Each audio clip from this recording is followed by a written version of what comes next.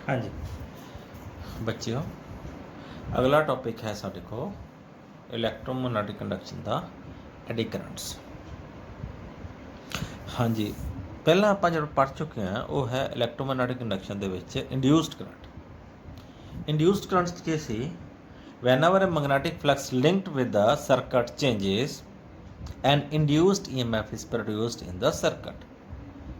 कहने का मतलब है ਜਦੋਂ भी मैग्नेटिक फ्लक्स ਕਿਸੇ ਸਰਕਟ ਦੇ ਨਾਲ ਚੇਂਜ ਕਰਦਾ ਤੇ ਉਸ ਸਰਕਟ ਦੇ ਵਿੱਚ EMF ਇੰਡਿਊਸਡ ਹੁੰਦੀ ਹੈ। ਠੀਕ ਹੈ, तो ਅੱਗੇ ਪੜਿਆ ਸੀ ਆਪਾਂ ਲੈਂਜਸ ਲਾ। ਲੈਂਜਸ ਨੇ ਕੀ ਕਿਹਾ ਸੀ ਕਿ EMF ਜਾਂ ਕਰੰਟ ਜਿਹੜਾ ਵੀ ਇੰਡਿਊਸਡ ਹੁੰਦਾ ਹੈ ਉਹਦੀ ਡਾਇਰੈਕਸ਼ਨ ਕਿਸ ਤਰ੍ਹਾਂ ਹੁੰਦੀ ਹੈ, it always in such a way that it opposes its cause. ਕਿ ਇਹਦੀ ਦਿਸ਼ਾ, ਇਹਦੀ ਡਾਇਰੈਕਸ਼ਨ ਹਮੇਸ਼ਾ ਹੀ ਇਸ ਡਾਇਰੈਕਸ਼ਨ 'ਚ ਹੁੰਦੀ ਹੈ ਕਿ ਇਹਦੇ ਆਪਣੇ ਪੈਦਾ ਹੋਣ ਦੇ ਕਾਰਨ ਦਾ ਵਿਰੋਧ ਕਰਦਾ, ਅਪੋਜ਼ ਕਰਦਾ ਹੈ। तो ਹੁਣ ਆਪਾਂ ਪੜਨ ਜਾ ਰਹੇ हैं eddy currents. Very important eddy currents. तो एडी करंट्स क्या है? Whenever a magnetic flux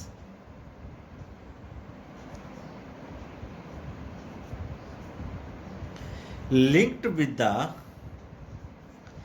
bulk piece of matter, bulk piece of metal changes, PEACE, piece of metal changes। पहला केस सी जो इलैक्ट्रोमैग्नेटिक इंडक्शन पढ़िया वो सर्किट सी। ਜਦੋਂ भी magnetic flux linked with the circuit change करता है, सर्किट की होंगे कॉइल। एडी करंट्स की है बल्क पीस ऑफ मैटल, जिमें मैटैलिक डिस्क, ठीक है ना, मैटल दी bulk piece, large metallic body. ਜਦੋਂ ਲਾਰਜ ਮੈਟੈਲਿਕ ਬੋਡੀ ਦੇ ਨਾਲ ਫਲਕਸ ਚੇਂਜ ਕਰਦਾ then induced EMF is produced. Then induced EMF is produced. Produced ਲਿਖੋ, ਇੰਡਿਊਸਡ ਲਿਖੋ। This EMF or current is called, ਇਸ ਨੂੰ ਕੀ ਕਹਿੰਦੇ ਆ, ਐਡੀ ਕਰੰਟਸ। तो direction of eddy currents is also according to Lenz's law, it always induced in such a way it opposes its cause. कि अपने हमेशा ही पैदा होने के कारण नूं अपोज करता है। तो यदि एक्सपैरीमेंटल डिमोनस्ट्रेशंस 2-3 एक्सपैरीमेंट्स है तुहाडे कोल। एक्सपैरीमेंट नंबर 1 एक्सपैरीमेंटल डिमोनस्ट्रेशन ਦੇ ਵਿੱਚ ਇਹ ਬੱਚੋ ਆਪਣੇ ਕੋਲ ਕੀ ਲਿਆ ਗਿਆ ਹੈ, soft iron core. Soft iron core ਪਿਛਲੇ ਚੈप्टर 'ਚ ਪੜ੍ਹ ਚੁੱਕੇ ਹਾਂ ਕਿ ਸੌਫਟ ਆਇਰਨ ਕੋਰ ਕਿਉਂ ਲਿਆ ਗਿਆ ਹੈ, ਕਿਉਂਕਿ ਇਹ ਕੀ ਕਰਦਾ ਹੈ, ਮੈਗਨੈਟਿਕ ਫੀਲਡ ਲਾਈਨਸ ਨੂੰ ਕੰਸਨਟਰੇਟ ਕਰ ਦਿੰਦਾ ਹੈ, ਇਕੱਠਾ ਕਰ ਦਿੰਦਾ ਹੈ। ਤਾਂ ਉਹਦੇ ਆਲੇ ਦੁਆਲੇ ਕੀ ਹੈ, ਕੋਇਲ ਭੇਟੀ ਗਈ ਹੈ। This is an AC source. ਇਹਦੇ ਉੱਤੇ ਕੀ ਰੱਖਦੇ ਆ, ਇੱਕ ਮੈਟਲ ਡਿਸਕ, ਕੋਈ ਕੋਇਨ। ਕੀ ਦੇਖਦੇ ਆ ਆਪਾਂ ਐਕਸਪੈਰੀਮੈਂਟ ਜਦੋਂ ਕਰਦੇ ਆ, ਇਸ ਤਰ੍ਹਾਂ ਦਾ ਸੌਫਟ ਆਇਰਨ ਕੋਰ ਜਿਹਨੂੰ ਆਪਾਂ AC ਸੋਰਸ ਦੇ ਨਾਲ ਕਨੈਕਟ ਕਰਤਾ ਕੋਇਲ ਨੂੰ, ਤੇ ਮੈਟੈਲਿਕ ਡਿਸਕ ਕੀ ਕਰਦੀ ਹੈ, ਜੰਪ ਕਰ ਜਾਂਦੀ ਹੈ, ਉਛਲ ਜਾਂਦੀ ਹੈ। ਹੁਣ ਕਿਉਂ ਉਛਲ ਗਿਆ? ਕਿਉਂਕਿ ਇਹ ਬਲਕ ਪੀਸ ਆਫ ਮੈਟਲ ਹੈ। ਹੁਣ AC ਸੋਰਸ ਹੈ, ਕਰੰਟ ਵੇਰੀ ਕਰਦਾ ਹੈ। करंट AC है, अल्टरनेटिंग करंट है, जीरो तो मैक्सिमम इंक्रीज करेगा, फिर डिक्रीज करेगा, अपोजिट करेगा। हुण जिवें करंट चेंज कर गया, ये मैग्नेटिक फ्लक्स इंड्यूस्ड हो गया, चेंज हो गया, तो ये एडी करंट्स पैदा हो गए। एडी करंट्स हमेशा इस डायरेक्शन पैदा होंगे कि अपने पैदा होने के कारण नूं, कोज नूं अपोज करन। तो जिस कारण कि यह मैटैलिक डिस्क अप जंप कर जाता, मीनस जिधर नॉर्थ पोल बन रहा है तो थल्ले भी नॉर्थ पोल बन जाएगा। नॉर्थ पोल रिपेल करेगा, जिसके कारण कि जे मैटैलिक डिस्क जड़ी है, कोइन जो भी तुसी इस एक्सपैरीमेंट च रखा है, जंप कर जाता। तो jumping of a metallic disc confirms eddy currents. ठीक है ना। तो यह एक्सपैरीमेंटल डिमोनस्ट्रेशन नंबर 1 है। एक्सपैरीमेंटल डिमोनस्ट्रेशन नंबर 2, ਸੈਕੰਡ ਐਕਸਪੈਰੀਮੈਂਟ 'ਚ ਕੀ ਦਿਖਾਇਆ, ਇਹ ਰੈਕਟੈਂਗੂਲਰ ਮੈਟਲ ਡਿਸਕ ਹੈ, ਇਹ ਸਟਰੋਂਗ ਮੈਗਨੇਟਸ ਨੇ ਨਾਰਥ ਐਂਡ ਸਾਊਥ। ਸਭ ਤੋਂ ਪਹਿਲਾਂ ਕੀ ਕੀਤਾ ਗਿਆ ਹੈ ਕਿ ਮੈਗਨੈਟਿਕ ਫੀਲਡ ਆਫ ਰੱਖੀ ਹੈ, of, and that metallic disc is allowed to rotate, oscillate, ਇਸ ਨੂੰ oscillate ਕੀਤਾ ਗਿਆ, ਟਾਈਮ ਪੀਰੀਅਡ ਨੋਟ ਕਰ ਦਿੱਤਾ ਗਿਆ 10 oscillations ਦਾ।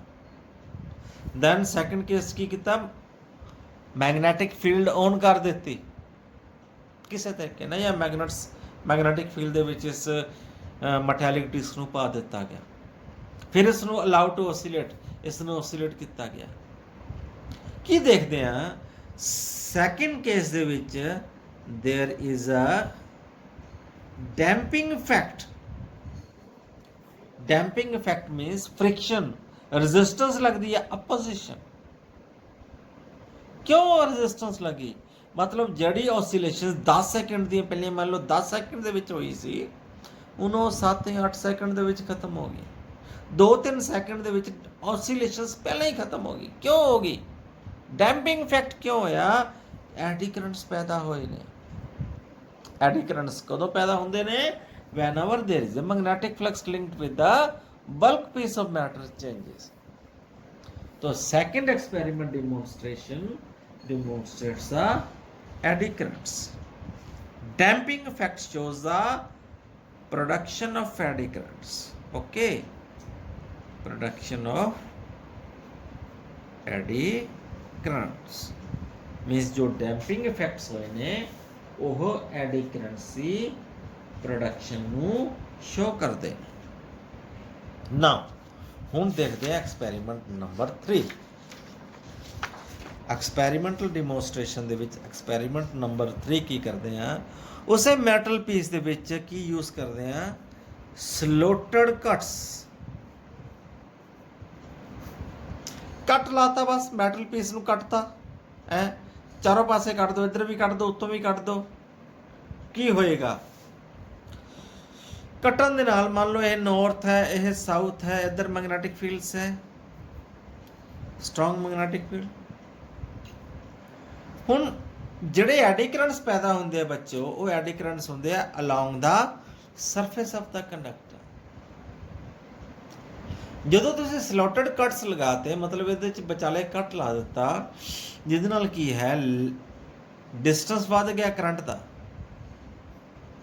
ਤੁਸੀਂ ਪੜ੍ਹ ਚੁੱਕੇ ਹੋ resistance R is equal to ρl upon A। तो resistance is directly proportional to length of the conductor। तो length of the conductor ਵੱਧ ਗਿਆ means एडी करंट्स वास्ते रेजिस्टेंस इंक्रीज कर गई। जो रेजिस्टेंस इंक्रीज कर गई, दैन एडी करंट्स की कर गए, एडी करंट्स डिक्रीज कर गए। मतलब जो स्लॉटेड कट यूज करते, ਉਹਦੇ ਨਾਲ ਕੀ ਹੋਇਆ, डैम्पिंग इफेक्ट रिड्यूस हो गया। This confirms induction of eddy currents. तो स्लॉटेड कट्स के कारण डैम्पिंग इफेक्ट घट गया। ये की कन्फर्म करता है कि एडी करंट्स पैदा होए ने। Then we have application of eddy currents. Now what is application of eddy currents? सब तो पहली इंपॉर्टेंट एप्लीकेशन है इलैक्ट्रोमैग्नेटिक डैम्पिंग। तो बच्चों इलैक्ट्रोमैग्नेटिक डैम्पिंग ਦੇ ਵਿੱਚ ਅਸੀਂ ਕੀ ਸਿੱਖਿਆ ਕਿ ਐਕਸਪੈਰੀਮੈਂਟ ਨੰਬਰ 3 ਦੇ ਵਿੱਚ ਕਿ ਜਦੋਂ ਵੀ ਸਲੋਟਡ ਕਟ ਯੂਜ਼ ਕਰਦੇ ਨੇ ਆ, then damping effect has been reduced. Damping effect ਦਾ ਮਤਲਬ ਕੀ ਹੁੰਦਾ ਹੈ, ਫ੍ਰਿਕਸ਼ਨ, 에ਅਰ ਰੈਜ਼ਿਸਟੈਂਸ। तो ਜਿਹੜੀ ਓਸੀਲੇਸ਼ਨਸ ਹੈ, ਜਿਹਨੂੰ ਆਪਾਂ ਲਿਖ ਸਕਦੇ ਹਾਂ ਡੈਡ ਬੀਟ ਗੈਲਵੇਨੋਮੀਟਰ ਬਣਾਉਣ ਦੇ ਵਿੱਚ ਐਡੀ ਕਰੰਟਸ बहुत ज़्यादा सहाई होंदे ने। की मतलब मैं कहना की चाहना है, गैल्वेनोमीटर की हुंदा है, what is a galvanometer? Galvanometer is an instrument used to measure the current. और पोटेंशियल डिफरेंस। ਗਲਵੈਨੋਮੀਟਰ ਦੇ ਵਿੱਚ ਕੀ ਹੈ, ਜਦੋਂ ਕਰੰਟ ਪਾਸ ਕਰਦਾ ਹੈ ਇਹਦੀ ਜਿਹੜੀ ਕੋਇਲ ਹੈ ਉਹ ਓਸੀਲੇਟ ਕਰਦੀ ਹੈ। ਸਪੋਜ਼ 5 ਮਿਲੀ ਐਂਪੀਅਰ ਕਰੰਟ ਪਾਸ ਕਰ ਰਿਹਾ ਹੈ ਗਲਵੈਨੋਮੀਟਰ 'ਚ, ਕਰੰਟ ਡ੍ਰੌਪ ਕਰ ਗਿਆ 5 ਤੋਂ 2 ਮਿਲੀ ਐਂਪੀਅਰ, ਲੇਕਿਨ ਜਿਹੜੀ ਉਹਦੀ ਓਸੀਲੇਸ਼ਨ ਆ 5 ਮਿਲੀ ਐਂਪੀਅਰ ਤੇ ਹੀ ਖੜੀ ਹੈ। ਲੇਕਿਨ ਐਡੀ ਕਰੰਟਸ ਕਿਆ ਕਹਿੰਦੇ ਆ, ਕੀ ਕਰਦੇ ਆ, ਉਹਨੂੰ ਡੈਡ ਬਿਟ ਕਰ ਦਿੰਦੇ ਆ। ਮੀਨਸ ਉਹਦੀ ਓਸੀਲੇਸ਼ਨਸ ਨੂੰ 5 ਮਿਲੀ ਐਂਪੀਅਰ ਤੋਂ ਰਿਡਿਊਸ ਕਰਕੇ 2 ਮਿਲੀ ਐਂਪੀਅਰ ਤੇ ਲੈ ਆਉਂਦੇ ਆ।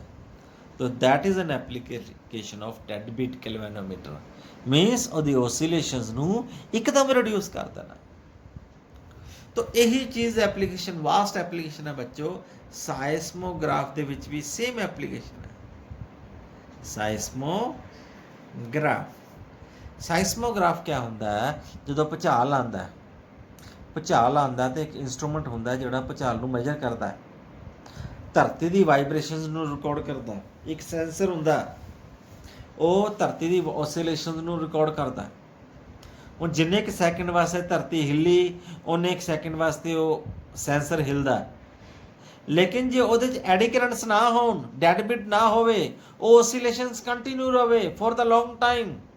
ਭੁਚਾਲ ਆਇਆ 5 ਮਿੰਟ 6 ਮਿੰਟ 7 ਮਿੰਟ ਵਾਸਤੇ, ਲੇਕਿਨ ਜੇ ਉਹਦੀ ਓਸੀਲੇਸ਼ਨਸ ਡੈਡ ਬਿਟ ਨਾ ਕੀਤੀ ਜਾਏ, ਐਡੀ ਕਰੰਟਸ ਨਾ ਉਹਦੇ ਪੈਦਾ ਹੋਣ, ਤੇ ਉਹ ਓਸੀਲੇਸ਼ਨਸ ਉਹ ਅੱਧਾ ਘੰਟਾ ਜਾਂ ਪੌਣਾ ਘੰਟਾ ਵੀ ਵਾਈਬ੍ਰੇਸ਼ਨਸ ਕੰਟੀਨਿਊ ਰਹਿ ਸਕਦੀ ਹੈ।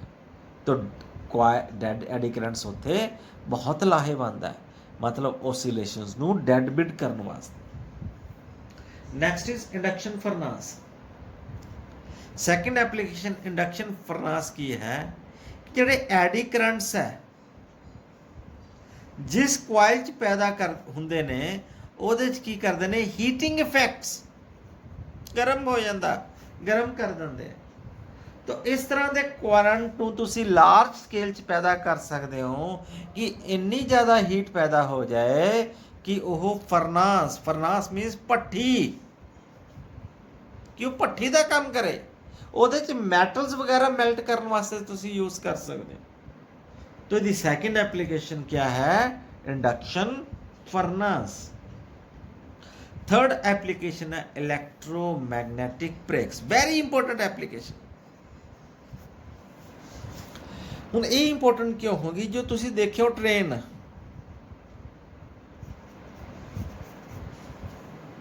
हुण ट्रेन दा तुसी यू कैन इमेजिन किन्ना मास हुंदा,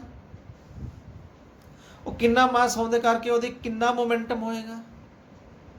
ਤਾਂ ਟ੍ਰੇਨ ਫੁੱਲ ਸਪੀਡ ਤੇ ਜਾ ਰਹੀ ਹੈ, ਉਹਦੀ ਬ੍ਰੇਕਸ ਲਾਣੀਆਂ ਪ੍ਰੈਕਟੀਕਲੀ ਇੰਪੋਸੀਬਲ ਹੈ। ਨਾਰਮਲ ਬ੍ਰੇਕਸ ਜਿਹੜੀਆਂ ਆਪਾਂ ਕਾਰਬਨ ਬ੍ਰੇਕਸ, ਜਿਹੜੇ ਸਾਡੇ ਸਕੂਟਰ ਮੋਟਰਸਾਈਕਲ ਬਾਈਕ ਦੇ ਵਿੱਚ ਹੁੰਦੀ ਹੈ, ਕਾਰਬਨ ਬ੍ਰੇਕਸ ਨਾਲ ਪੈਡਲ ਨੂੰ ਰੋਕਣਾ ਨੋ ਪੋਸੀਬਲ ਨਹੀਂ ਹੈ। ਮਤਲਬ ਵੀਲ ਦੇ ਨਾਲ ਇੱਕ ਕਾਰਬਨ ਚਿਮੜ ਜਾਣਾ, ਤਾਰ ਖਿੱਚਣ ਦੇ ਨਾਲ ਉਹ ਚੱਕੇ ਨੂੰ ਰੋਕਣਾ ਪ੍ਰੈਕਟੀਕਲੀ ਪੋਸੀਬਲ ਨਹੀਂ ਹੈ। ਮਤਲਬ ਜੇ ਤੁਸੀਂ ਕੋਸ਼ਿਸ਼ ਵੀ ਕਰੋਗੇ ਨਾ ਕਾਰਬਨ ਬ੍ਰੇਕਸ ਲਾਉਣ ਵਾਸਤੇ, ਤਾਂ ਉਹਦੇ 'ਚ ਇੰਨੀ ਗਰਮੀ ਪੈਦਾ ਹੋ ਜਾਏਗੀ ਕਿ ਟ੍ਰੇਨ ਨੂੰ ਅੱਗ ਹੀ ਲੱਗ ਜਾਏਗੀ। ਨੋ, ਟ੍ਰੇਨ ਐ ਨਹੀਂ ਰੁਕਦੀ। ਉਹਦੇ ਵਾਸਤੇ ਸਪੈਸ਼ਲ ਪ੍ਰਿੰਸੀਪਲ ਹੈ ਇਲੈਕਟ੍ਰੋਮੈਗਨੈਟਿਕ ਬ੍ਰੇਕਸ। ਕਿਵੇਂ ਰੁਕਦੀ ਹੈ, ਜਿਹੜੇ ਟ੍ਰੇਨ ਦੇ ਐਕਸਲ ਹੁੰਦੇ ਨੇ, ਲੋਹੇ ਦੇ ਐਕਸਲ ਹੁੰਦੇ ਨੇ, ਉਹਦੇ ਲੋਹੇ ਦੇ ਐਕਸਿਸ ਦੇ ਵਿੱਚ ਇੱਕ ਮੈਗਨੈਟਿਕ ਡਰਮ ਲੱਗਿਆ ਹੁੰਦਾ। ਮਤਲਬ ਜਦੋਂ ਵੀ ਟ੍ਰੇਨ ਨੂੰ ਰੋਕਣੀ ਜਾਂਦੀ ਹੈ, ਉਹਦਾ ਮੈਗਨੈਟਿਕ ਫੀਲਡ ਔਨ ਕਰ ਦਿੰਦਾ ਹੈ। ਤਾਂ ਜਦੋਂ ਮੈਗਨੈਟਿਕ ਫੀਲਡ ਔਨ ਹੋ ਜਾਂਦਾ ਸਾਰੇ ਚੱਕਿਆਂ ਦੇ ਵਿੱਚ, ਤਾਂ ਐਡੀ ਕਰੰਟਸ ਪੈਦਾ ਹੁੰਦੇ ਨੇ ਐਕਸਲ ਦੇ ਵਿੱਚ। ਐਡੀ ਕਰੰਟਸ ਕਿਵੇਂ ਪੈਦਾ ਹੁੰਦੇ ਨੇ ਬੱਚੋ, ਤੁਹਾਨੂੰ ਦੱਸਿਆ ਇਹਦੀ ਪ੍ਰੋਡਕਸ਼ਨ ਲੈਂਜਸ ਲਾ ਦੇ ਅਨੁਸਾਰ ਹਮੇਸ਼ਾ ਇਸ ਡਾਇਰੈਕਸ਼ਨ 'ਚ ਹੁੰਦੀ ਹੈ ਕਿ ਆਪਣੇ ਪੈਦਾ ਹੋਣ ਦੇ ਕਾਰਨ ਨੂੰ ਅਪੋਜ਼ ਕਰਦੇ ਨੇ। तो हैंस की हुंदा है, ब्रेक्स लगदियां ने।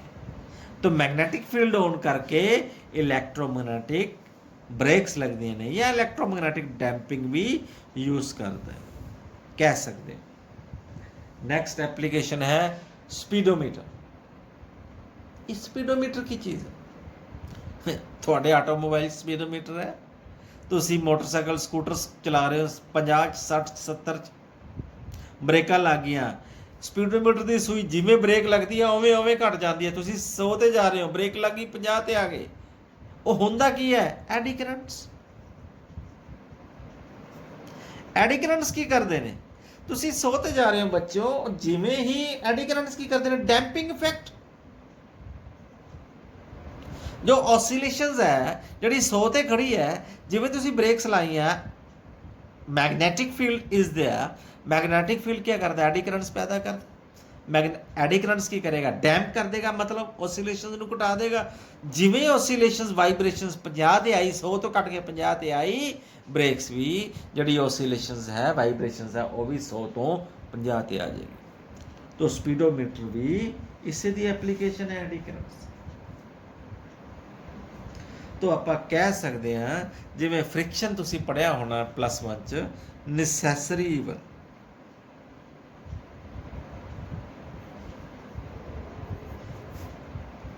Eddy current is also a necessary evil. तो ये बगैर भी रहना मुश्किल है, तो ये नाल भी रहना मुश्किल है। मीन्स कि अनडिजायरेबल इफेक्ट्स क्या ने, व्हाट आर अनडिजायरेबल इफेक्ट। माड़ा क्यों है, ईवल ਤਾਂ ਹੀ ਹੈ ਨਾ ਜੇ ਮਾੜਾ ਹੋਇਆ। ਅੱਜ ਤੱਕ ਤਾਂ ਹੁਣ ਤੱਕ ਤਾਂ ਮੈਂ ਤੁਹਾਨੂੰ ਐਪਲੀਕੇਸ਼ਨਸ ਫਾਇਦੇ ਹੀ ਦੱਸੇ ਆ। What are undesirable effects. ਪਹਿਲਾ ਤਾਂ ਅਨਡਿਜ਼ਾਇਰੇਬਲ ਇਫੈਕਟ ਇਹੀ ਹੈ ਕਿ it opposes the relative motions, there is a loss of energy to overcome the friction. Second undesirable effect है एक्सेसिव हीटिंग।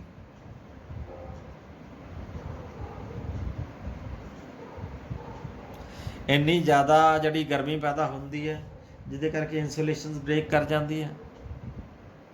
ਤੋ ਐਡੀ ਕਰੰਟਸ ਆਰ ਨੈਸੈਸਰੀ ਈਵਲ ਕਿ ਇਹਦੇ ਫਾਇਦੇ ਵੀ ਹੈ ਤੇ ਇਹਦੇ ਨੁਕਸਾਨ ਵੀ ਹੈ।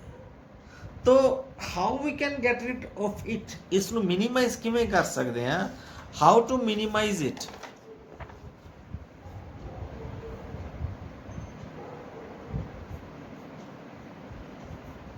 how to minimize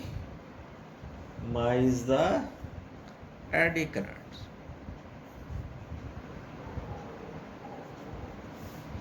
eddy currents ਨੂੰ ਕਿਵੇਂ ਮਿਨੀਮਾਈਜ਼ ਕੀਤਾ ਜਾ ਸਕਦਾ। ਸਭ ਤੋਂ ਪਹਿਲਾਂ ਤਾਂ ਯੂਜ਼ ਅ ਚੌਕ ਕੋਇਲ।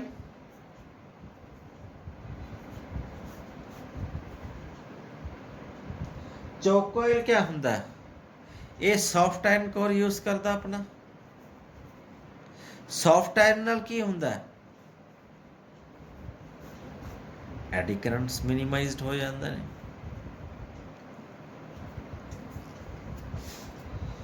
तो लैमिनेटेड शीट्स,